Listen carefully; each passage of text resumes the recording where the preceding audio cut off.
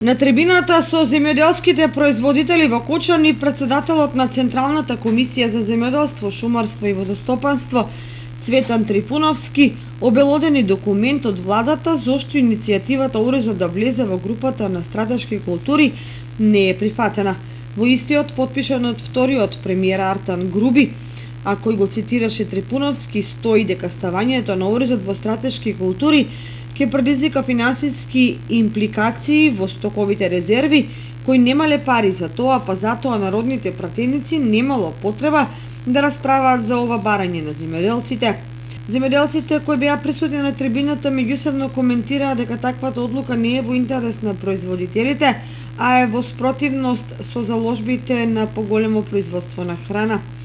За земјоделските стручњаци е нелогично оризот да имал статус на стратешка култура во времето на поранешна Југославија и договорна економија, сега кога Македонија е самостојна држава, да е препуштен на хаотичните состојби на пазарот.